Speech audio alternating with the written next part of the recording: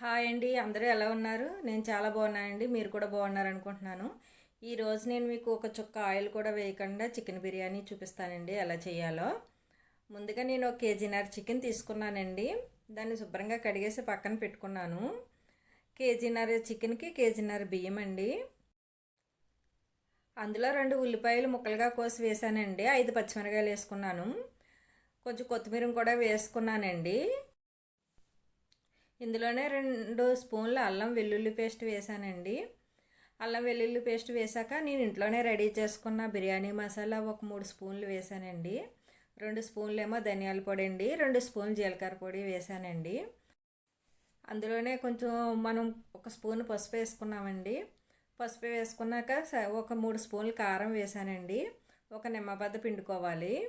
ఆ తర్వాత మనకి సరిపడగా సాల్ట్ కూడా వేసేసుకోవాలండి. అందులోనండి మొత్తం బిర్యానీకి సరిపడగా సాల్ట్ వేసేసుకోవాలి. ఆ తర్వాత మనం ఒక కప్పు పెరుగు కూడా వేసుకోవాలండి. దాంట్లోనే 4 యాలక్కాయలు 4 లవంగాలు కూడా వేసానండి. ఇదంతా మనం మ్యాగ్నేట్ చేసి పెట్టుకోవాలండి. ఇదంతా ముక్కకు అంటేలాగా, ఈ మసాలా అంతా ముక్కకు అంటేలాగా మనం మ్యాగ్నేట్ చేయాలండి. చేసి ఒక 5 నిమిషాలు మూత పెట్టి పక్కన పెట్టాలండి. 5 నిమిషాలు అయిపోయాక మనం స్టవ్ వెలిగించుకొని ఈ చికెన్ మన స్టవ్ మీద పెట్టేసుకోవడమేనండి. ఇందులో ఆయిల్ వేయక్కర్లేదండి. అసలు ఒక చుక్క ఆయిల్ కూడా ఇందులో ఉపయోగించలేదండి నేను. అంతే అండి, స్టవ్ మీద పెట్టుకుంటే ఆ ముక్క అలా ఉడుకుతూ ఉంటుందండి.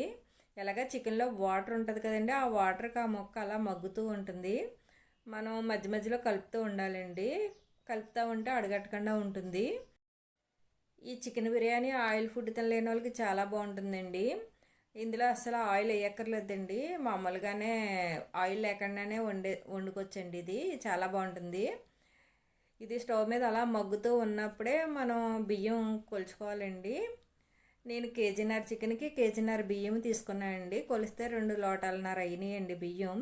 దానికి నేను 5 లోటాలు నీళ్ళు పోసానండి.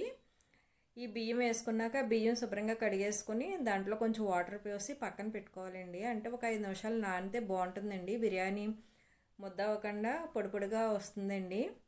ఆ తర్వాత మనకి బిర్యానీకి కావలసిన ఎసరు పెట్టుకోవాలండి.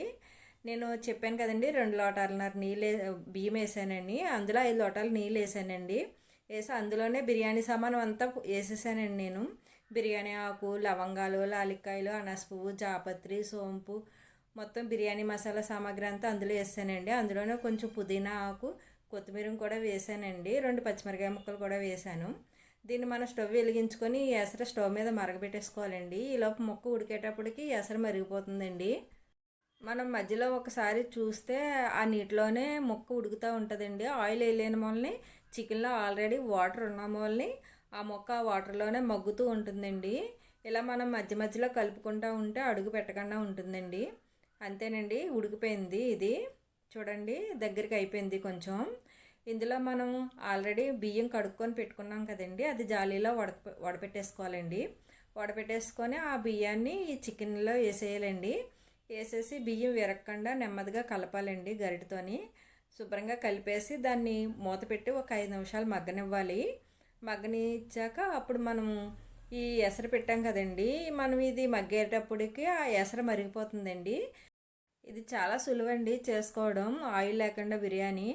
చాలా చాలా టేస్ట్గా కూడా వస్తుందండి. ఒకసారి ట్రై చేయండి మీరు. ఈలోపు మనకి ఎసరు పెట్టుకున్నాం కదండి, అది మరిగిపోతుంది. ఆ మరిగిన ఎసరుని తీసుకొచ్చి ఈ బియ్యంలో పోసేయడమేనండి. అంతే అండి, బిర్యానీ రెడీ అయిపోయింది. ఇది చాలా సులువండి.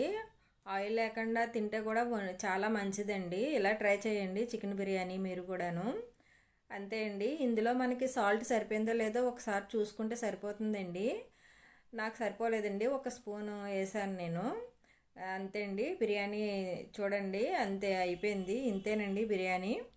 తర్వాత మనం అందులో కొత్తిమీర వేసుకోవాలండి.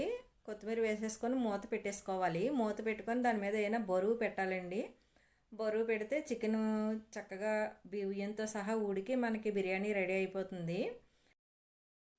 ఆయిల్ వేయలేదు ఎలా ఉంటుందో అనుకోకండి, చాలా టేస్ట్గా ఉంటుందండి. ఆరోగ్యానికి కూడా చాలా మంచిది ఆయిల్ వేయకుండా బిర్యానీ. అంతేనండి, బిర్యానీ రెడీ అయిపోయిందండి. దీంట్లో కొంచెం కొత్తిమీరని చల్లుకొని సర్వ్ చేస్తే చాలా బాగుంటుందండి. ఇది చాలా టేస్ట్గా ఉంటుందండి. అంతే అండి. ఈ వీడియో కనుక మీకు నచ్చితే షేర్ చేసి సబ్స్క్రైబ్ చేసి లైక్ చేయండి. మరిన్ని వీడియోలు తీస్తాను. ఓకే, బాయ్ అండి.